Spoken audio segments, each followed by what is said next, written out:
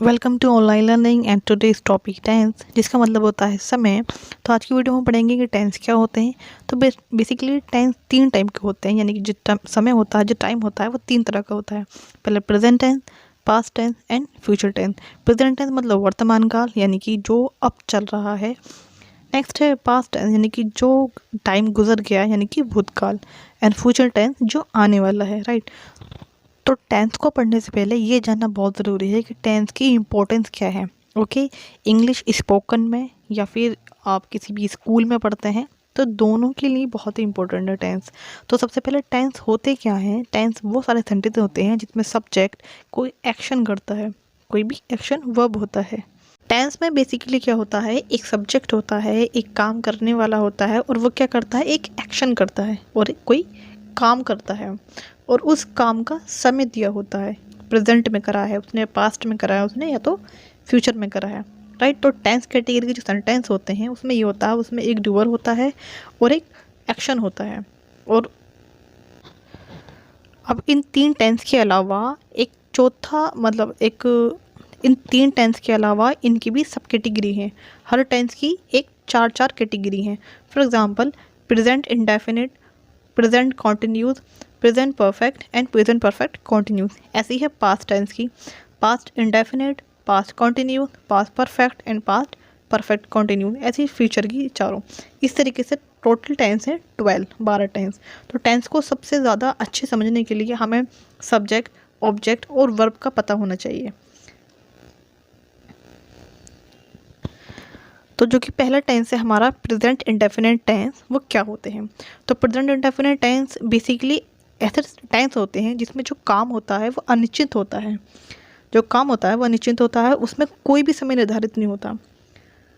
तो जो टेंस होते हैं वो तो जो टाइम, जो तीन कैटेगरी हैं प्रेजेंट, पास्ट एंड फ्यूचर, ये बताती हैं कि टाइम किस समय में हुआ है, आज में हुआ है या आने वाले कल में हुआ है या फिर बीते हुए समय में हुआ है। लेकिन जो सब कैटेगरी हैं, जो इंडेफिनिट है, कंटिन्यूस है, परफेक्ट है, ये बताते हैं कि टाइम कितना हुआ है, टाइम की क्वांटिटी क्या है। ओके, तो जैसे कि प्रेजेंट इंडेफिनिट में किस टाइप के सेंटेंस आते हैं, पहले तो मैं ये बताती हूँ। जैसे कि प्रेजेंट इंडेफिनिट, इंडेफिनिट का मतलब होता है अनिश्चित, जिसमें जो काम होता है वो निश्चित नहीं होता। तो किस टाइप के सेंटेंसेस आते हैं, जैसे रवि बहुत अच्छा खाना बनाता है। काम तो करता है रवि, बहुत अच्छा खाना बनाता है, लेकिन कब बनाता है, कितना बनाता है, ये नहीं पता। ऐसे ही वह तेज़ नहीं दौड़ता, ये नेगेटिव है। क्या तुम व्यायाम करते हो, क्या राहुल स्कूल नहीं जाता। तो इस टाइप के सेंटेंसेस जो आते हैं वो प्रेजेंट इंडेफिनिट टेंस में आते हैं। बेसिकली इसमें हैबिचुअल एक्शन जो होते हैं, आपकी जो हैबिट्स होती हैं, या आपका कोई भी डेली रूटीन होता है, या कोई भी यूनिवर्सल ट्रूथ होता है, ऐसे सारे सेंटेंसेस प्रेजेंट इंडेफिनिट टेंस में आते हैं। तो सबसे अच्छा जो तरीका है वो सीखने का, वो ये है कि पहले हमें वर्ब पता हो, वर्ब कौन कौन सी होती हैं, फिर हेल्पिंग वर्ब क्या होती हैं, क्योंकि हर टेंस के लिए अपनी अपनी हेल्पिंग वर्ब बनाई गई हैं। तो पहले सेंटेंस स्ट्रक्चर की बात करते हैं। अब प्रेजेंट इंडेफिनिट की हेल्पिंग वर्ब क्या होती हैं, क्योंकि सबकी हेल्पिंग वर्ब अलग अलग हैं। प्रेजेंट की अलग है, पास्ट के लिए अलग है, और फ्यूचर के लिए अलग है। तो हेल्पिंग वर्ब हेल्पिंग वर्ब को ऑक्सिलरी वर्ब भी कहते हैं, और ये बेसिकली हमारी हेल्प करती हैं ये जानने में कि टेंस कौन से टाइम में है, प्रेजेंट में है या फिर फ्यूचर में है या फिर पास्ट में है। तो जो प्रेजेंट इंडेफिनिट के जो हेल्पिंग वर्ब है वो है डू एंड डज, और वर्ब की first form. When the subject singular third person, we add s or es in affirmative sentence, and we don't use do does in affirmative sentence. अब sentence की category होती है affirmative, negative, interrogative and double interrogative. तो सबसे ध्यान देने वाली बात यह है, प्रेजेंट इंडेफिनिट के अंदर हेल्पिंग वर्ब तो डू डज है, लेकिन जब हम अफर्मेटिव सेंटेंस बनाते हैं, जब हम नहीं वाले, नॉट वाले सेंटेंस बनाते हैं, तब हम डू डज का यूज़ नहीं करते। तब हम बेसिकली क्या करना है, जो भी थर्ड, अगर सब्जेक्ट हमारा सिंगुलर थर्ड पर्सन होगा, सिंगुलर थर्ड पर्सन मतलब ही, शी, इट होगा, या किसी का भी नाम होगा, सिंगुलर कोई नाम होगा, तो हमें क्या करना है, जो वर्ब होगी, वर्ब की फर्स्ट फॉर्म होगी, उसमें हमें एस और ई एस ऐड करना है, डू डस का यूज़ नहीं करना। लेकिन एस और ई एस का यूज़ सिर्फ सिंगुलर थर्ड पर्सन के साथ करना है, आई, दे या फिर प्लूरल नंबर के साथ नहीं करना। जब हम नेगेटिव बनाएंगे तब हम डू डस का यूज़ करेंगे, जब हम एस और एस वाला फॉर्मूला नहीं ऐड करेंगे। नेगेटिव, इंटरोगेटिव, डबल इंटरोगेटिव में सब में डू डस का यूज़ होगा। अब फॉर्मूला देखते हैं, सेंटेंस का स्ट्रक्चर क्या है। अफर्मेटिव सेंटेंस का स्ट्रक्चर बहुत सिंपल है, सब्जेक्ट रखना है, वर्ब रखना है एंड देन ऑब्जेक्ट। सब्जेक्ट क्या होता है? सब्जेक्ट जो भी काम करने वाला होता है, जो भी काम करता है, कोई भी पर्सन हो सकता है या फिर नाउन या फिर कोई भी प्रोनाउन हो सकता है।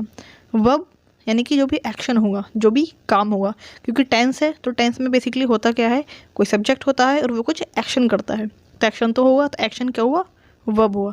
तो सब्जेक्ट के बाद वर्ब आएगी और देन ऑब्जेक्ट, जो भी हमारा रिमेनिंग पार्ट होगा वो ऑब्जेक्ट में काउंट होता है। अब सेंटेंस बनाते हैं। जैसे कि पहला सेंटेंस है, मैं हमेशा सच बोलता हूँ। तो पहले मैं, अगर हिंदी में सेंटेंस है तो मैंने कैसे पता लगाया क्योंकि प्रेजेंट इंडेफिनिट का है, तो पहचान के लिए आप ता है, ती है, ते है ऐसे भी याद रख सकते हो। तो जैसे कि सेंटेंस में है, मैं हमेशा सच बोलता हूँ, ता हूँ आया है, इसका मतलब ये प्रेजेंट इंडेफिनिट टेंस है। काम करता है, कोई भी इंसान काम करता है, वो इंडेफिनिट है, राइट। तो बनाने का फॉर्मूला क्या है? हमें सब्जेक्ट रखना है, वर्ब रखनी है एंड देन ऑब्जेक्ट रखना है। अब सब्जेक्ट क्या है? जो भी काम करने वाला होता है।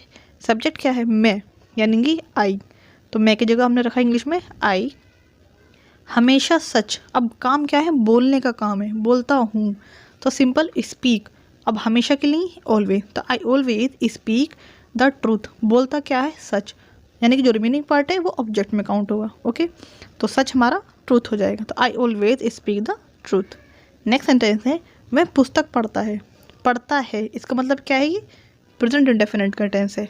फॉर्मूला हमें पता है, subject and then object, subject verb and object. Simple subject रखा, वह, वह की इंग्लिश होती है ही। सिंपल, लड़की है तो शी, लड़का होगा तो ही, हमने ही रखा। एंड देन वर्ब, वर्ब क्या है? पढ़ना। काम क्या है? पढ़ना। तो पढ़ना यानी कि रीड, लेकिन हमने रीड्स क्यों लिखा? सिंपल, जैसे कि पहले बताया था, अगर सिंगुलर थर्ड पर्सन सब्जेक्ट होगा, सिंगुलर थर्ड पर्सन मतलब ही, शी, इट, तो हमें क्या करना है? वर्ब में हमें एस या फिर ई एस ऐड करना है, राइट। तो हमने यहाँ पे एस ऐड किया, तो he reads a book. Third है, सूरज पूरब से निकलता है। जो भी यूनिवर्सल ट्रूथ होगा, यूनिवर्सल ट्रूथ भी प्रेजेंट इंडेफिनिट में ही काउंट होते हैं। तो निकलता है, ता है, इसमें भी सिंपल ता है, तो ये भी प्रेजेंट इंडेफिनिट का है। तो सूरज, इसमें सूरज क्या है? हमारा नाउन है। तो द सन राइज में हमने ऐड करा है एस, क्योंकि सन क्या है? सिंगुलर सब्जेक्ट है। तो rises, the sun rises in the east. बहुत ही सिंपल फॉर्मूला है। नेक्स्ट देखते हैं नेगेटिव सेंटेंस। अब नेगेटिव सेंटेंस का स्ट्रक्चर क्या होगा? सब्जेक्ट, सिंपल हमें सब्जेक्ट रखना है, और डूडल्स, जो कि हमने स्टार्टिंग में बताई थी, डूडल्स हेल्पिंग वर्ब है। अब इंटरोगेटिव सेंटेंस बनाओ या नेगेटिव बनाओ, डबल इंटरोगेटिव बनाइए, सब में हमें डूडल्स का यूज़ करना है। तो सब्जेक्ट, हेल्पिंग वर्ब डूडल्स, और not and then main verb and then object. Main verb की फर्स्ट फॉर्म ही आएगी, सिंपल सेम जैसे हमने अफर्मेटिव में किया था। मेन वर्ब की फर्स्ट फॉर्म आएगी, इसमें कोई चेंजेस नहीं होगा। चेंजेस क्या होना है? जो हेल्पिंग वर्ब और मेन वर्ब के बीच में नॉट ऐड होना है, दैट्स इट। अब डूडल्स को कैसे यूज़ करते हैं? डू प्लूरल फॉर्म के लिए और डज सिंगुलर के लिए।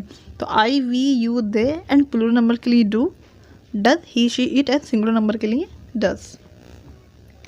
नेगेटिव सेंटेंस की बात करते हैं। जैसे पहला सेंटेंस है, राधा शोर नहीं करती। सिंपल है, तो नहीं करती, करती है या करती एक ही बात है, तो प्रेजेंट इंडेफिनिट है लेकिन नेगेटिव है। तो नेगेटिव का फॉर्मूला क्या है? Subject, do, does, not and object. तो सब्जेक्ट है राधा, तो राधा क्या है? सिंगुलर है, सिंगुलर के साथ रखते हैं हम does and then not. Make a noise, शोर नहीं करती मतलब make a noise, simple. Rani मेरे कमरे में नहीं सोती, राइट। तो Rani does not sleep in my room. मैं ऐसा व्यवहार पसंद नहीं करता। आप बोलते हो ना, मैं ऐसा नहीं करता, मैं चाय पीनी पसंद नहीं करती, मैं वहाँ जाना पसंद नहीं करता, तो ये सारे सेंटेंसेस प्रेजेंट इंडेफिनिट में काउंट होते हैं। तो उसको बनाएंगे, I do not like such behaviour.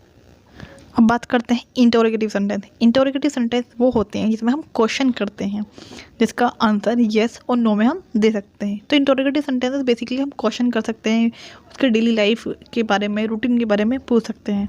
तो सिंपली स्ट्रक्चर क्या होगा? जो स्ट्रक्चर हमने प्रेजेंट इंडेफिनिट के अफर्मेटिव में पढ़ा था, जैसे कि subject, verb and then object, same formula वही है, बस जो हेल्पिंग वर्ब है उसको हमें फर्स्ट में, यानी कि सबसे पहले हमें हेल्पिंग वर्ब को ऐड कर देना है। तो हेल्पिंग वर्ब क्या है? Do and does. तो सिंपल इसके कैसे सेंटेंस बनेंगे? जैसे कि पहला सेंटेंस है, क्या तुम यहाँ रहते हो? इस तरीके से आप क्वेश्चन कर सकते हो किसी से, जैसे आपको किसी से क्वेश्चन करना हो, क्या तुम यहाँ रहते हो? क्या तुम मैंगो खाते हो? क्या तुम स्कूल जाते हो? इस तरीके से आप क्वेश्चन कर सकते हैं। तो क्या इसकी इंग्लिश बनेगी? स्ट्रक्चर के अकॉर्डिंग आपको हेल्पिंग वर्ब रखनी है सबसे पहले। तो हेल्पिंग वर्ब किसके अकॉर्डिंग रखेंगे? सब्जेक्ट के अकॉर्डिंग रखेंगे। तो सब्जेक्ट क्या है? तुम, यानी कि यू। यू एक प्लूरल है तो प्लूरल ही वर्ब आएगी। तो डू यू, रहना यानी कि लिव, हेयर मतलब यहाँ, तो do you live here. Okay, next है, क्या वह तुमसे नफरत करता है? किसी को पूछना हो, आपका कोई फ्रेंड है, आपको पूछना क्या वो तुमसे नफरत करता है, क्या वो तुमसे प्यार करता है, इस तरीके से आप क्वेश्चन कर सकते हो। तो इसकी हिंदी क्या बनेगी? Does he hate you. अब डज क्यों लगाया? क्योंकि जो सब्जेक्ट है वो सिंगुलर थर्ड पर्सन है, ही। तो डज ही हेट यू। क्या वे क्रिकेट खेलते हैं? इसका होगा do they play cricket, do they play cricket. अब इंटरोनेगेटिव भी होते हैं। इंटरोनेगेटिव मतलब जैसे आप क्वेश्चन करते हो, येस और नो में आंसर मिलता है सिंपली, कि नेगेटिव भी होते हैं। जैसे कि हमने पूछा क्या तुम यहाँ रहते हो, तो सिंपल आप नेगेटिव में बनाना, तो क्या तुम यहाँ नहीं रहते, इस तरीके के सेंटेंस इंटरोनेगेटिव कहलाते हैं। इसको बनाना बहुत ही सिंपल है। क्या तुम घर पर नहीं पढ़ते? जैसे कोई इंसान बहुत ही कम मार्क्स लाता है अपनी क्लास के अंदर, तो तुम कह सकते हो क्या तुम घर पर नहीं पढ़ते, क्या तुम घर पर नहीं पढ़ते हो? तो क्या बोलोगे? Do you not study at home. पहले हेल्पिंग वर्ब रखी एंड देन सब्जेक्ट रखा, और जो भी हमारी मेन वर्ब से पहले रखा नॉट, यानी कि हेल्पिंग वर्ब, फिर सब्जेक्ट और मेन वर्ब के बीच में रखा not. Do you not study at home. ऐसे ही सेकंड, क्या अमन यहाँ नहीं रहता? तो नाम गलत हो गया यहाँ पे, does Ram not live here. Does क्यों आया? क्योंकि राम एक सिंगुलर है और सब्जेक्ट के बाद नोट आता ही है। तो does Ram not live here. क्या वे बच्चों से प्रेम नहीं करते? सिंपल है, do they not love children, do they not love children. क्या वे बच्चों से प्रेम नहीं करते? तो कैसे बनाना है? पहले हेल्पिंग वर्ब आएगी डू, क्योंकि जो सब्जेक्ट है वो है दे, तो do they not love children. तो कितना सिंपल है। प्रेजेंट इंडेफिनिट टेंस भी सबसे अच्छा तरीका जो सीखने का है वो ये है कि आप इसे डेली कन्वर्सेशन में यूज़ करें। जितना आप ज़्यादा बोलेंगे इतनी ही आप सीखेंगे। तो टेंस बहुत सारे लोग याद कर लेते हैं, रट लेते हैं, लेकिन रटना ज़रूरी नहीं है, ज़रूरी है उनको याद करना और उनको यूज़ करना। तो इस वीडियो में सिर्फ यहीं तक ही, और नेक्स्ट वीडियो में हम जितने भी टेंसेस हैं वो सब कवर करेंगे। करना, शेयर करना, सब्सक्राइब करना चैनल को, वीडियो अच्छी लगी हो तो। Thank you so much watching my video.